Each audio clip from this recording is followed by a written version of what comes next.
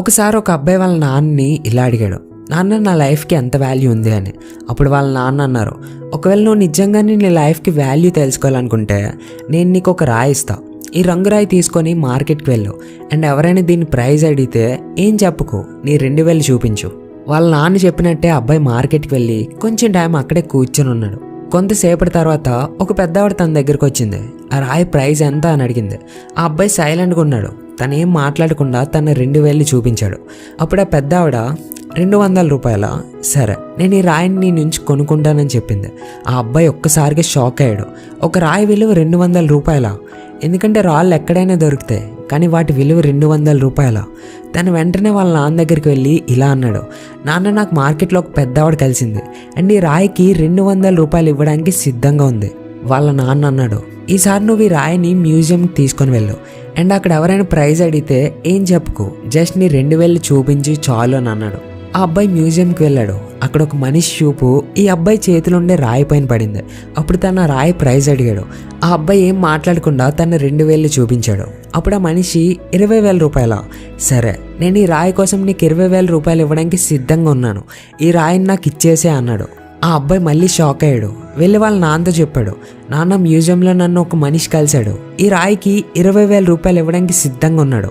అప్పుడు వాళ్ళ నాన్న అంటారు, ఇప్పుడు నేను లాస్ట్ ప్లేస్కి పంపిస్తున్నా, ఇప్పుడు నువ్వు వెళ్ళాల్సింది విలువైన డైమండ్స్ అండ్ స్టోన్స్ అమ్మే షాప్కి అండ్ అక్కడ కూడా ఎవరైనా ప్రైజ్ అడిగితే ఏం చెప్పుకో, జస్ట్ నీ 2000 చూపించి చాలు.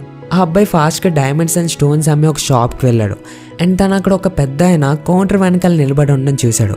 ఎప్పుడైతే ఈ పెద్ద ఆయన చూపు ఈ రాయి పైన పడిందో తను షాక్ అయిపోయాడు.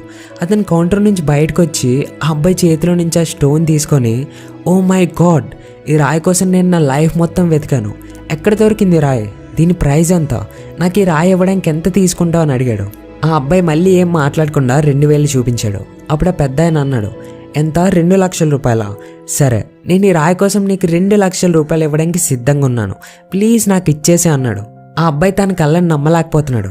వెంటనే తను వాళ్ళ నాన్న దగ్గరికి వెళ్ళి ఈ విషయం చెప్పాడు, నాన్న ఒక పెద్ద ఆయన దీనికి 2 లక్షల రూపాయలు ఇవ్వడానికి కూడా సిద్ధంగా ఉన్నాడు అని. అప్పుడు వాళ్ళ నాన్న నవ్వుతూ ఇలా అన్నాడు, ఇప్పుడు అర్థమైందా నీ లైఫ్ వాల్యూ? నీ లైఫ్ వాల్యూ అనేది నిన్ను నువ్వు ఎక్కడ ఉంచుతావు అనే దానిపైన డిపెండ్ అవుతుంది. ఇది నువ్వే డిసైడ్ అవ్వాలి. నువ్వు 200 రూపాయలు రాయిగా అవ్వాలనుకుంటున్నావా, లేదంటే 2 లక్షల రూపాయలు రాయిగా అవ్వాలనుకుంటున్నావా? ఫ్రెండ్స్, లైఫ్లో మిమ్మల్ని ఇష్టపడే వాళ్ళు చాలామంది ఉంటారు, వాళ్ళకి మీరన్నీ.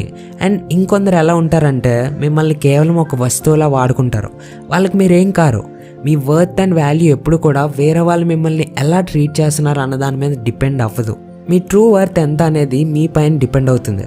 ఈ స్టోరీలో 200 రూపాయలకి అడిగిన పెద్దవాడికి ఆ రాయి విలువేంటో తెలీదు, కానీ 2 లక్షల రూపాయలకి అడిగిన వ్యక్తికి ఆ రాయి అసలైన విలువేంటో చాలా బాగా తెలుసు.